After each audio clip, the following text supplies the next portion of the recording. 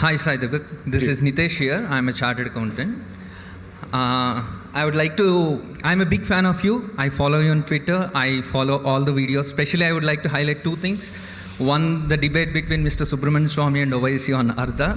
The way you handle that is, I request all the members over here to watch that video.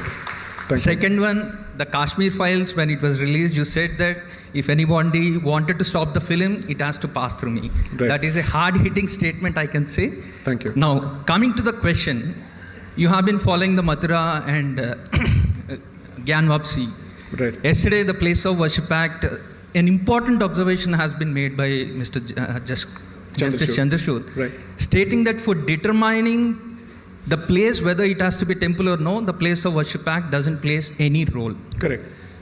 But considering the fact that the way Ram Janmabhoomi took it so many years, I wanted to know whether before I retire from my profession, am I able to see Kashi Vishwanath as well as Mathura temple? Okay. So first question, if it's okay with you, please hand over the mic to him. I just want to have a short conversation with him. How serious are you about seeing this in your lifetime? Very serious. Very serious. What are you willing to do for that?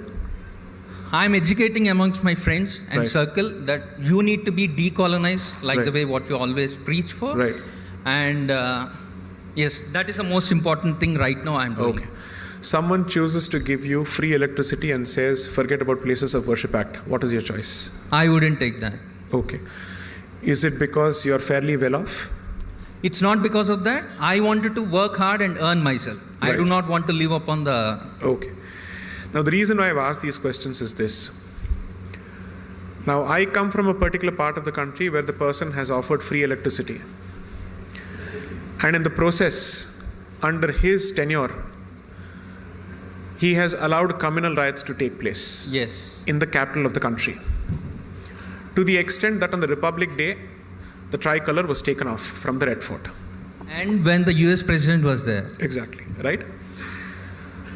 Now, it's easy for me to blame one particular individual, but that individual has been offered as a choice by the society. After all, it's a democracy still. Fortunately or unfortunately, the future will decide. But such an option has been elected with a fairly clear majority twice, where not in some remote part of the country, but in the capital of the country. So what does that tell you about our priorities? So here's the thing. I think it's important to realize two things. One, allow me to use the word Hindu society now. The Hindu society is fundamentally capable of generating wealth. You did that even under the license permit Raj. Liberalization only unleashed your innate potential. It did not create a potential, it liberated that potential. Even in the worst of times, Artha has always been in the hands of this community. That's a fact. If the society manages to retain this sense of self-confidence and also has the ability to take care of its own underprivileged people through its institutions, it will be in a much better position to negotiate its cultural priorities with the government. Otherwise, the government will use freebies and subsidies as a way of undermining the Hindu society. So I am not going to make the secular argument that the subsidy or freebie as a policy is an economic blunder. I am saying it's a civilizational disaster for two reasons. It cultivates a sense of entitlement, makes people lazy, and three, completely makes the society dependent on the state.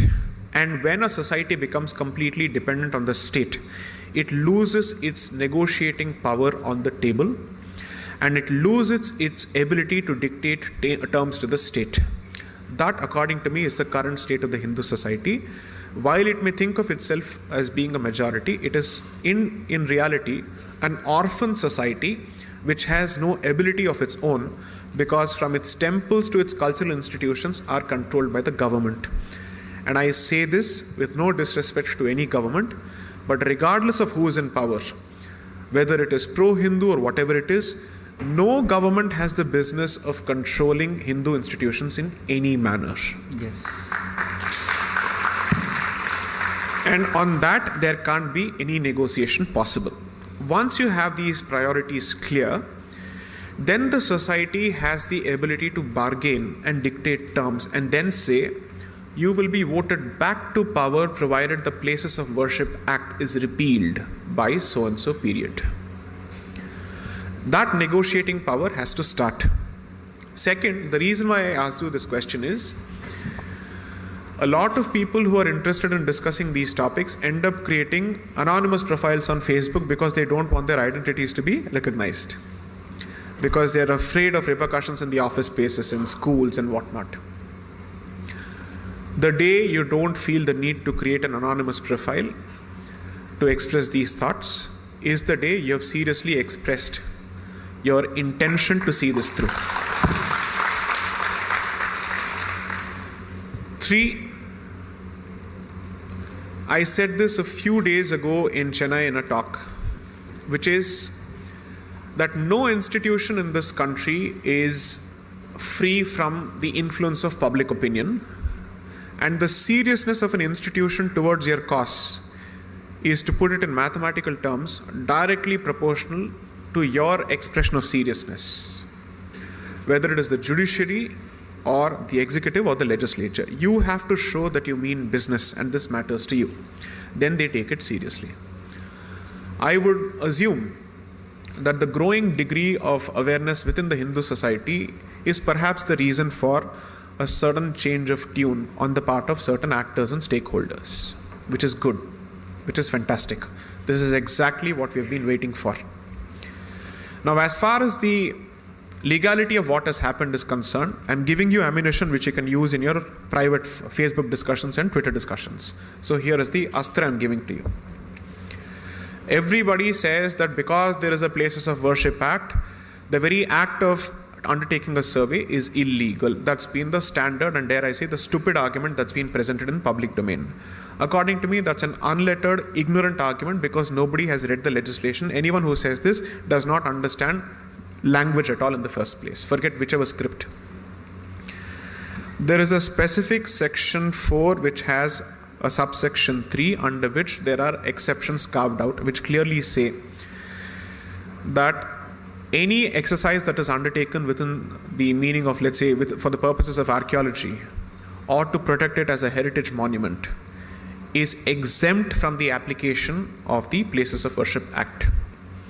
Now the question is, if the act bars the change of religious character, what is the purpose of ascertaining the religious character?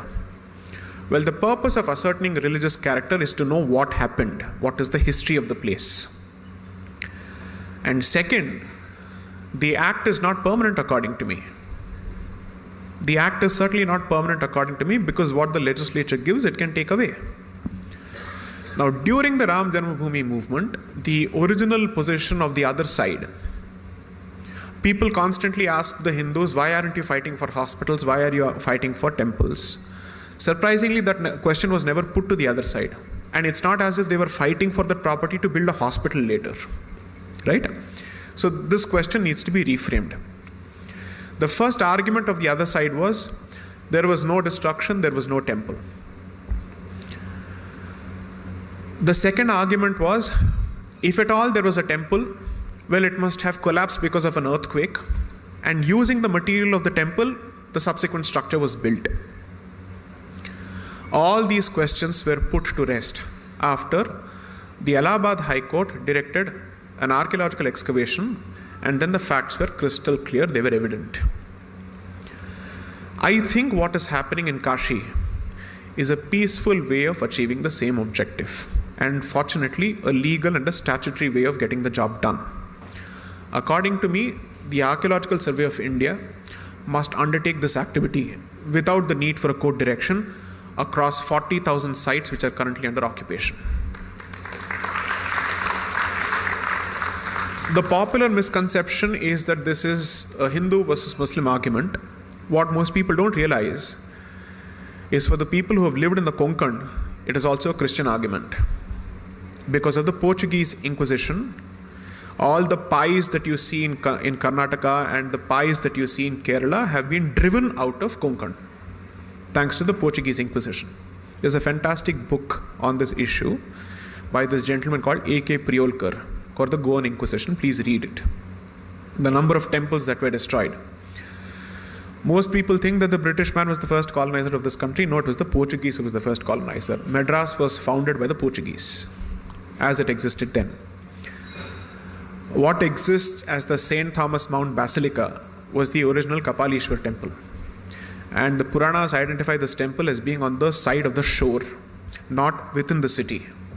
It had to be pushed within the city because just as Kashi, the Shivalinga had to be carried from the shore to the heart of the city in Mylapore to protect it from desecration and destruction.